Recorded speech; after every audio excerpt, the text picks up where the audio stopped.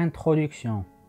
D'une manière générale, la classification des tumeurs est fondée sur plusieurs critères pour aboutir à un diagnostic qui fait appel à des techniques de plus en plus spécifiques. Et c'est ce qu'on va voir aujourd'hui dans ce cours. Définition. Le terme tumeur ou néoplasme ou encore néoplasie est un mot latin qui signifie enfler, c'est-à-dire une augmentation de volume d'un tissu sans précision de cause.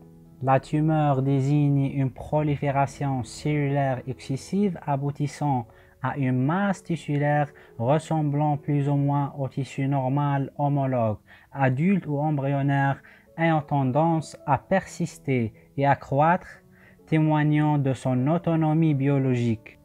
Cette définition actuelle est plus restrictive et repose sur la notion d'homéostasie des tissus. Et qui dit homéostasie dit équilibre. Ici on parle d'une tumeur, on parle d'un déséquilibre. Caractère d'une tumeur.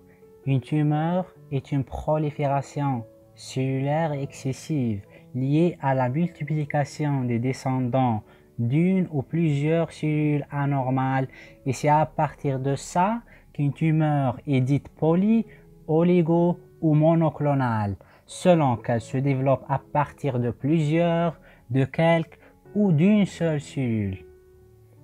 Une tumeur est une masse tissulaire ressemblant plus ou moins à un tissu normal, réalisant un aspect plus ou moins proche de celui du tissu normal homologue, adulte ou embryonnaire. Cette ressemblance définit une notion fondamentale, c'est la différenciation tumorale. On va parler de cette notion un peu plus tard. Une tumeur a tendance à persister et à croître. Persister, c'est-à-dire que la tumeur va poursuivre sa prolifération, même après la disparition des stimuli ou du stimulus qui lui a donné naissance. Et c'est à cause de ça qu'on a parlé dans la définition de l'autonomie biologique. Une tumeur est due à une succession d'événements génétiques. Ces événements génétiques anormaux s'accumulent généralement en plusieurs années, en plusieurs étapes, par phénomène de mutation des gènes suppresseurs de tumeurs ou des gènes contrôlant directement ou indirectement l'intégrité de l'ADN, ou encore des proto-oncogènes qui sont une catégorie de gènes dont l'expression favorise la survenue de cancers. Ce sont des gènes qui commandent la synthèse d'oncoprotéines, protéines stimulant la division cellulaire ou inhibant l'apoptose, la mort cellulaire programmée, ce qui déclenche une prolifération désordonnée des cellules. Et en revenant toujours à la définition, la conséquence de ces anomalies génétiques est l'acquisition de nouvelles propriétés assurant la fameuse autonomie biologique. Composition d'une tumeur. Le tissu tumoral est constitué de cellules tumorales, cellules prolifératives anormales et d'un tissu de soutien ou stroma tumoral fait de cellules de substances et de substances extracellulaires dans laquelle est située la vascularisation tumorale. Il faut savoir que les cellules du stroma ne présentent pas les anomalies génétiques des cellules tumorales. En pratique, les tumeurs sont classées en fonction de l'organe dont elles dérivent, exemple sein, foie, rein ou os, puis en fonction de leur type histologique. Le type histologique correspond à la cellule normale dont la tumeur semble dériver. La reconnaissance de ces critères édités régulièrement par l'OMS et le classement de la tumeur dans le type adéquat sont la base du diagnostic anatomopathologique de toute tumeur. Grosso modo, plus la fonction et la structure tumorale se rapprochent de la fonction et de la structure des tissus normaux, plus la tumeur est dite différenciée. On distingue une tumeur bien différenciée, peu différenciée et indifférenciée ou anaplasique. Par exemple, l'épithélium bronchique est bordé d'un épithélium cylindrique cilié. Les tumeurs bronchiques peuvent être des tumeurs à différenciation glandulaire ou des tumeurs à différenciation malpighienne lorsqu'elles surviennent sur une métaplasie malpighienne de l'épithélium bronchique. Ces deux figures représentent un leiomyosarcome qui est une tumeur musculaire lisse maligne. La figure à droite représente la forme bien différenciée, alors que la figure à gauche représente la forme peu différenciée. On note l'absence des cellules musculaires lisses normalement fusiformes dans la forme peu différenciée. Un autre exemple, il s'agit d'un léposarcome bien différencié en haut et peu différencié en bas. Dans la forme peu différenciée, les grandes vacuoles lipidiques caractéristiques des adipocytes sont pratiquement absentes. Pour ce qui concerne les caractères évolutifs des tumeurs bénignes, elles se développent localement, leur croissance est lente, ne récidivent pas, ne métastasent jamais et leur évolution est généralement favorable. Mais dans certains cas, elles peuvent être la cause de complications graves, voire mortelles, en raison de leur siège ou de désordres métaboliques.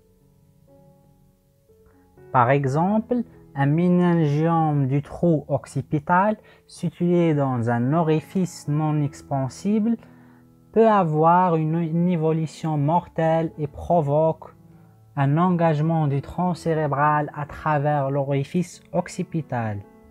Un autre exemple, un adénome parathyroïdien est responsable d'une hyperparathyroïdie et par conséquent d'une hypercalcémie parfois dangereuse.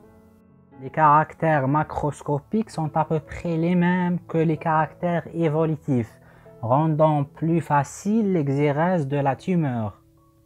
Il existe plusieurs exemples, tels que l'adénofibrome du sein et l'hyomiome de l'utérus. Et pour ce qui concerne les caractères histologiques, il n'y a pas d'envahissement des tissus voisins. Les tumeurs bénignes refoulent sans les détruire les tissus sains de voisinage. Exemple, l'adénome du foie.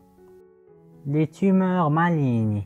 D'une façon générale, les caractères des tumeurs malignes, ou encore appelés cancers, s'opposent point par point à ceux des tumeurs bénignes, ce qui est représenté dans le tableau suivant.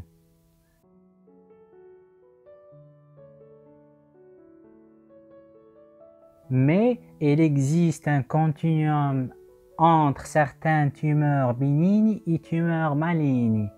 Ce continuum, appelé progression tumorale, correspond à l'acquisition progressive par la tumeur d'un phénotype de malignité, d'anomalies chromosomiques et génétiques en nombre croissant.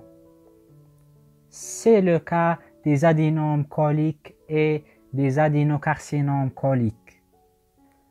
Il existe des tumeurs d'agressivité locale, c'est-à-dire les caractères histologiques bénins contrastant avec une infiltration des tissus avoisinants et une tendance à la récidive en raison des difficultés de l'exérèse, exemple les fibromatoses. Il existe aussi des tumeurs à malignité locale, tumeurs dont les caractères histologiques et macroscopiques sont malins, mais dont l'agressivité est locale. Le pronostic est plus favorable, exemple carcinome basocellulaire de la peau. Il est à noter que les critères macroscopiques et microscopiques d'une tumeur ne permettent parfois pas d'en affirmer la nature bénigne ou maligne, exemple tumeur endocrine bien différenciée.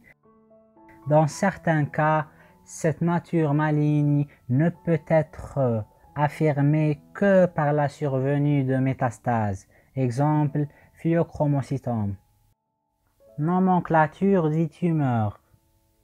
La classification des tumeurs en fonction de l'organe d'origine et de leur type histologique, c'est-à-dire l'ensemble des caractéristiques des tissus d'une tumeur, déterminées en microscope par l'examen anatomopathologique, fournit des informations importantes pour évaluer leur pronostic. Toutefois, d'autres paramètres permettent de préciser le potentiel évolutif. Il s'agit du degré de différenciation appelé grade et du degré d'extension appelé stade de la tumeur, ainsi que, dans certains cas, de marqueurs moléculaires. Et tout ça pour déterminer le traitement le plus approprié pour le patient. Le nom d'une tumeur se compose généralement d'une racine qui définit la différenciation, par exemple adéno désigne une tumeur glandulaire, rhabdomyo une tumeur musculaire striée, et d'un suffixe, par exemple om qui est utilisé pour les tumeurs bénignes, sauf certaines exceptions, par exemple les lymphomes et les mélanomes sont des tumeurs malignes. Matose, présence des tumeurs multiples, carcinome pour tout ce qui est épithélial, sarcome conjonctive et blastome pour une tumeur embryonnaire. Et voici des tableaux de classification de quelques tumeurs.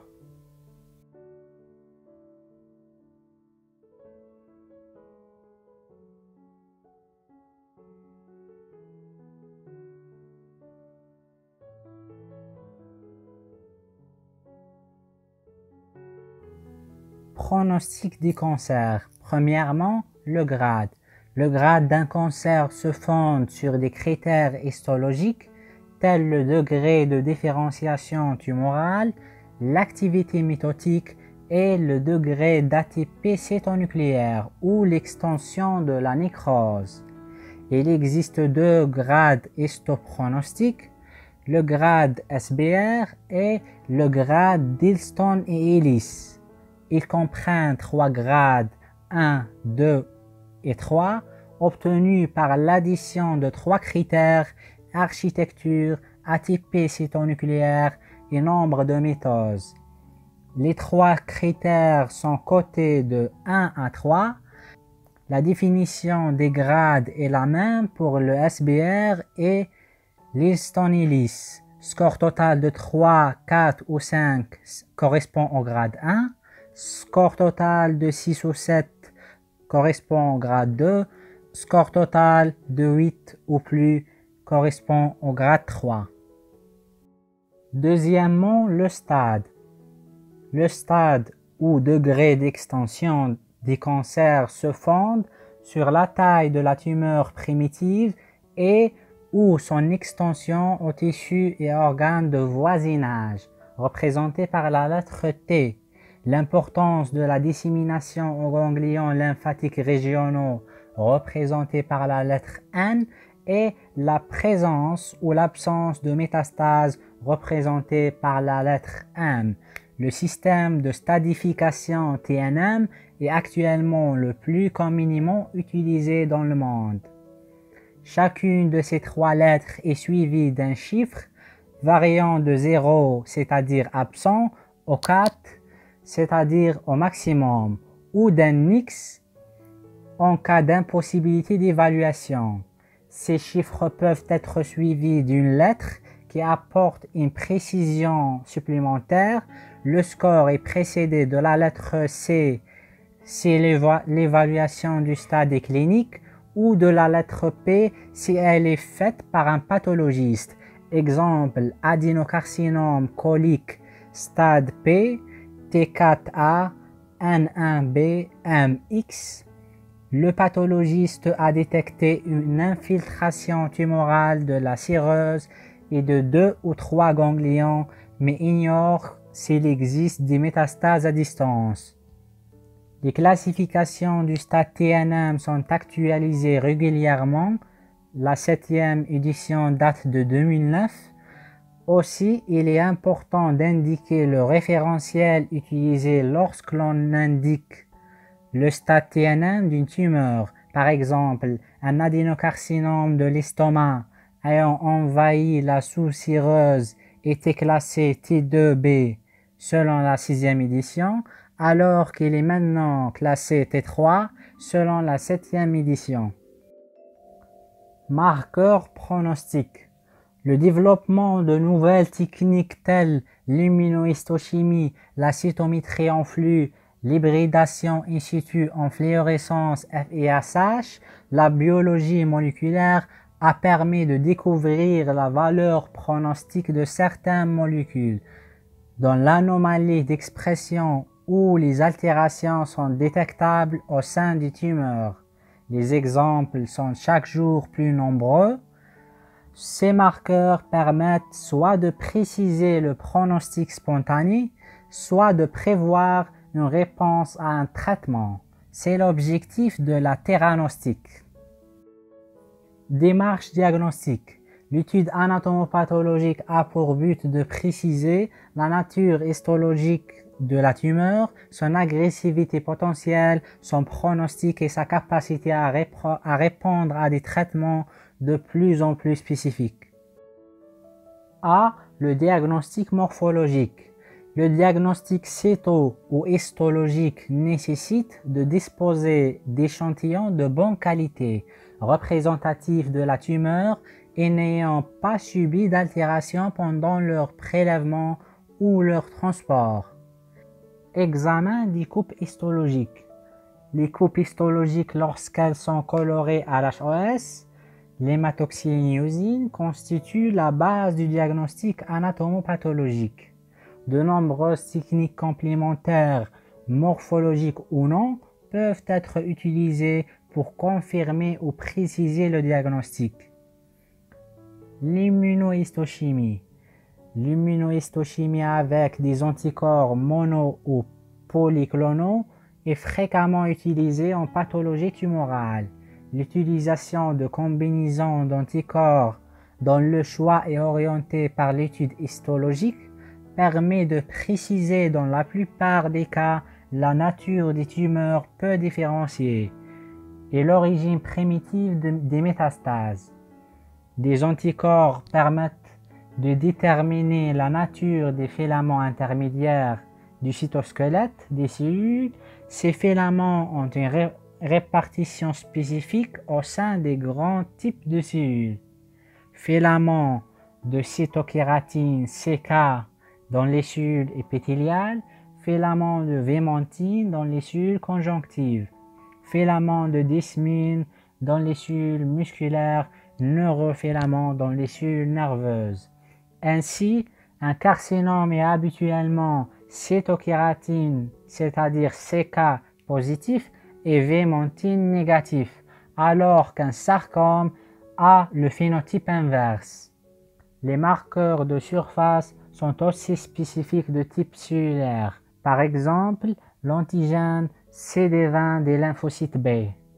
Des marqueurs cytoplasmiques correspondant à des produits de sécrétion ou des molécules fonctionnelles sont aussi exploités, par exemple les mucines dans les adénocarcinomes et le chromogranine dans les cellules neuroendocrines.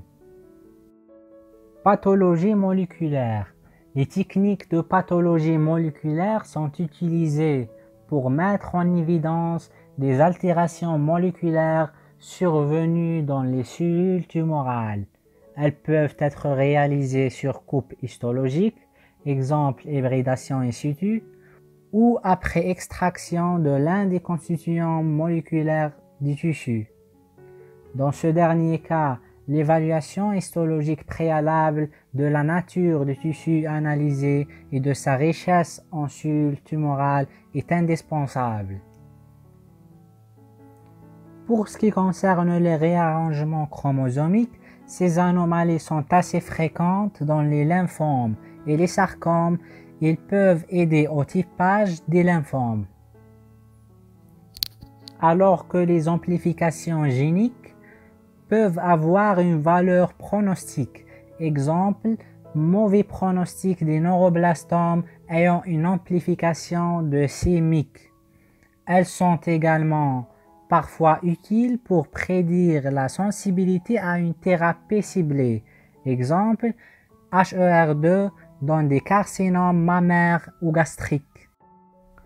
Dans les adénocarcinomes colorectaux, l'instabilité génétique a été opposée à l'instabilité chromosomique.